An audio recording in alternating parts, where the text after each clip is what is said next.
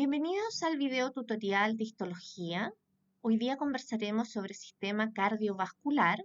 Para esto vamos a utilizar el atlas virtual Histology Guide que usted puede revisar en internet.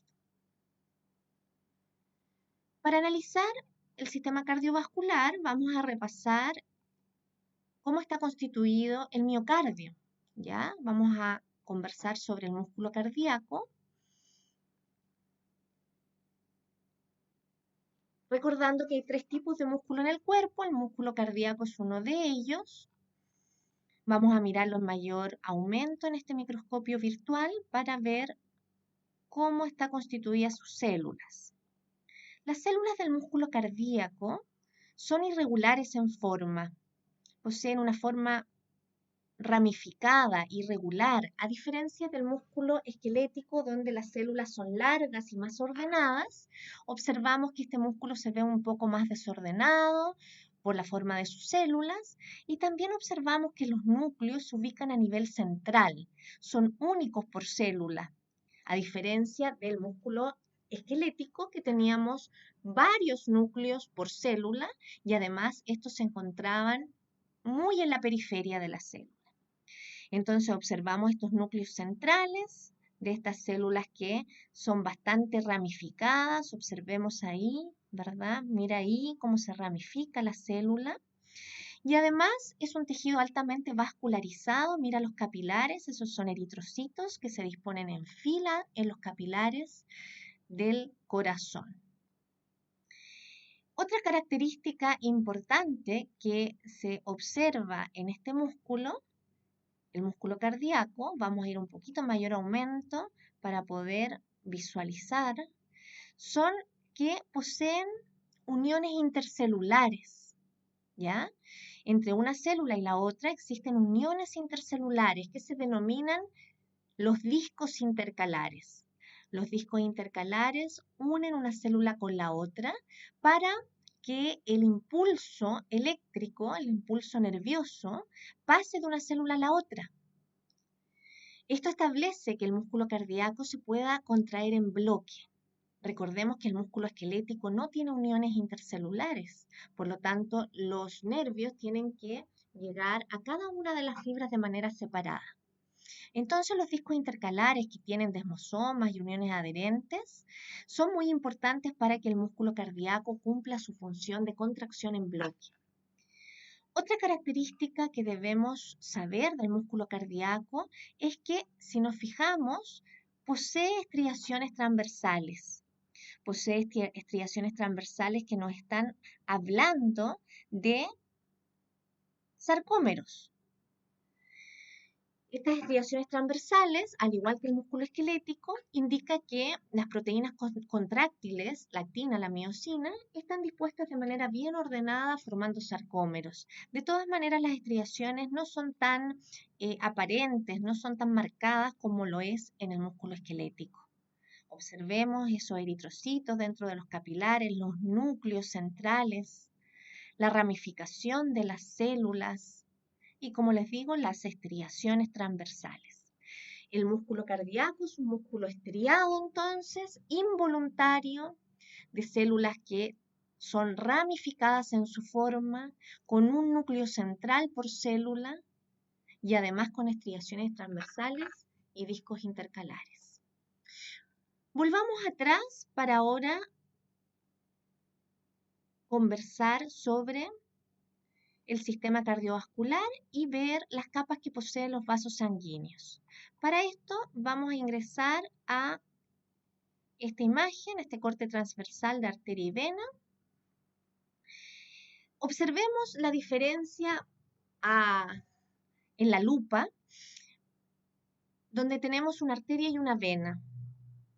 La arteria siempre va a tener una pared más gruesa que la vena, sobre todo en la capa media, en la túnica media. Esto hace que las arterias mantengan su forma, mantengan el lumen regular, no se colapsen. Sin embargo, las venas, como poseen una pared más delgada, generalmente las observamos con un lumen irregular y más colapsado. Estudiemos en mayor detalle cómo está constituida una arteria. En este caso es una arteria carótida. La arteria carótida es una arteria muy cercana al corazón que se origina del tronco brachiocefálico y que se dirige hacia la cabeza para irrigar la cabeza y también irriga cuello. Entonces observemos, acá está el lumen de esta arteria carótida y observamos sangre dentro del lumen, ¿cierto? Estas células son células sanguíneas, son eritrocitos que quedaron ahí dentro del lumen. Y vamos a indicar que toda esta es la pared de la arteria. Las arterias poseen 3 túnicas. La túnica que está más cercana al lumen se denomina la túnica íntima. La túnica íntima está constituida por un epitelio. Ahí están las células del epitelio. Ese epitelio, como ustedes saben, corresponde a un epitelio simple plano como todos los vasos sanguíneos. Todos los vasos sanguíneos, no importa su calibre, si es que es un capilar pequeñito o es si una arteria muy grande como la aorta, todos poseen el mismo tipo de epitelio, simple plano. Se denomina, en el caso de los vasos sanguíneos, el endotelio. Entonces tenemos este endotelio formando la túnica íntima y además bajo este endotelio hay una pequeña cantidad de tejido conectivo laxo que va a estar nutriendo a ese epitelio, recordando que los epitelios son avasculares. Luego de esto, de esta capa íntima, vamos a tener una gran capa media que va desde acá hasta acá. Esa capa media es la más desarrollada y vamos a observar en mayor aumento la característica más importante que tiene esta capa media para cumplir su función. Estas estructuras son las fibras elásticas. Esta arteria se clasifica, por tanto, como una arteria elástica, porque tiene gran cantidad de fibras elásticas en su capa media. Esto le permite, ¿verdad?, dilatarse cuando está llena de sangre, cuando, ¿verdad?, el corazón eyecta la sangre hacia la aorta y la aorta también entrega a sus principales ramas la sangre, va con una alta presión sanguínea esa sangre. Por lo tanto, es necesario que la capa media contenga todas estas estructuras que observamos, crespitas, que son las fibras elásticas. Entonces, esta característica clasifica a esta arteria carótida como una arteria de tipo elástica.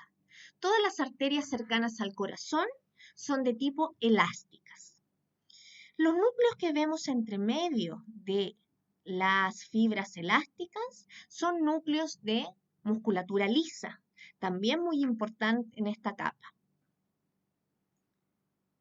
Y luego nos vamos hacia la periferia, donde encontramos una pequeña cantidad de tejido conectivo denso que corresponde a la adventicia, túnica adventicia. Es la más externa, vamos a tener fibras de colágeno y vamos a tener células como fibroblastos.